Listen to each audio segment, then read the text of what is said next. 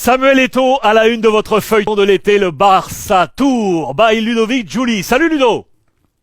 Comment ça va, mon pote? Ça va très très bien. On continue le tour de tes anecdotes de ce Barça 2004-2007 avec les présidents, avec tes coéquipiers, ces anecdotes de l'été.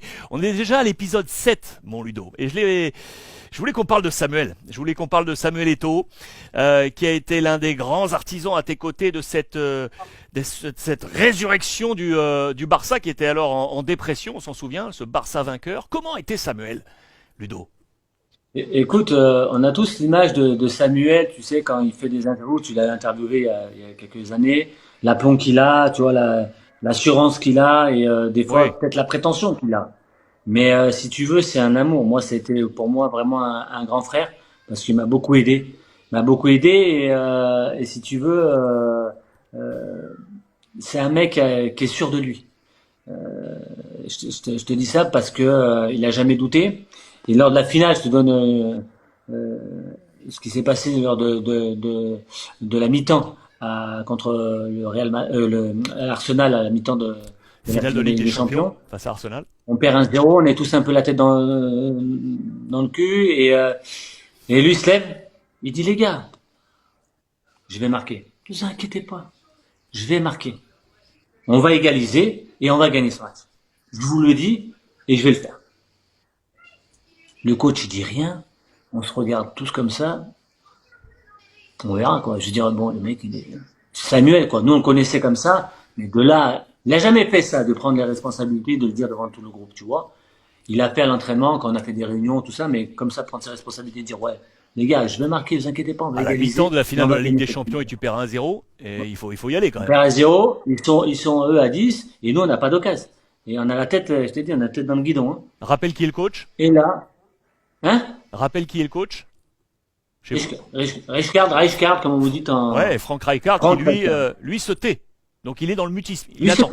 il n'y a pas eu, il y a pas eu une phrase. Alors, quand Samuel a parlé, après, il y a eu la sonnerie, et là, le coach dit, allez, vamos, on y va tous ensemble. Et, tu vois, il nous a quand même remis ensemble. On a fait le cercle, on a fait un, dos, tres, Barça, et on est sur le terrain.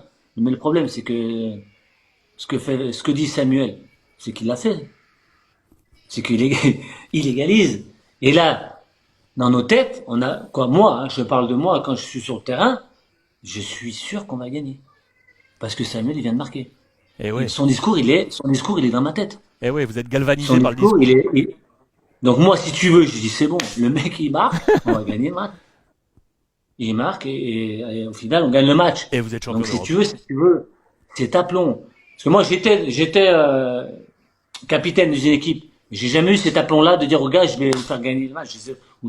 Toi, lui, il l'avait. Et dans la vie, c'est une patte, ce mec. C'est un amour. Et c'est bizarre, c'est parce que les gens ils pensent que c'est un fou, tu vois, que il a cette image-là même dans la vie de tous les jours. Ouais, c'est Mais vrai. c'est, C'est mais marrant parce c'est que non, mais non. il y a comme une image un peu d'égoïsme, alors que Ouais, tu as eu souvent il est toi pas. à le solliciter. Ah non, mais moi, Samuel, c'est quand j'avais besoin de lui sur le terrain, parce que quand tu joues à Barcelone, tu sais que t'as une pression incroyable.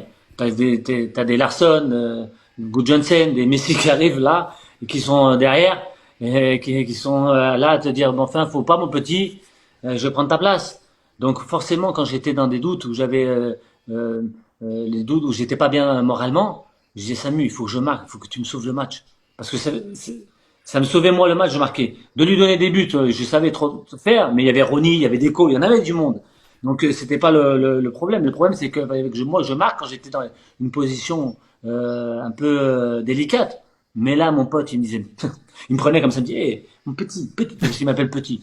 Eh petit, mais je te fais marquer là, t'inquiète. On joue à Mallorca, j'étais un peu en porte-à-faux pour jouer. Je lui dis Samuel, là j'ai besoin de toi. Eh ben, petit, c'est bon, je vais te faire marquer. Un contre un contre le gardien. Samuel Eto'o. Qu'est-ce qu'il fait? Petit décalage, je marque. Je lui ai fait 50 000 bisous. J'ai sauté comme ça. Je savais que le week-end d'après, il y avait un gros match qu'on devait jouer. C'est pas si c'était le Real ou un autre. Je savais que j'allais jouer. Donc, si tu veux, j'étais tellement content que j'étais même plus sur le truc. Je pensais déjà que j'allais jouer déjà titulaire le week-end d'après, tu vois. Parce que tu peux pas imaginer la pression qu'on a quand on Et joue, ouais. quand on est à Barcelone. Puis il y a des grands joueurs derrière toi et c'est énorme, quoi. Votre Donc voilà, feuilleton de c'était l'été. Samuel, c'est ça. Samuel, pour moi, c'est un grand frère, je te le dis franchement. Samuel Eto'o, le grand frère de Monsieur Ludovic Giuli. Andrés Iniesta, le thème du prochain épisode.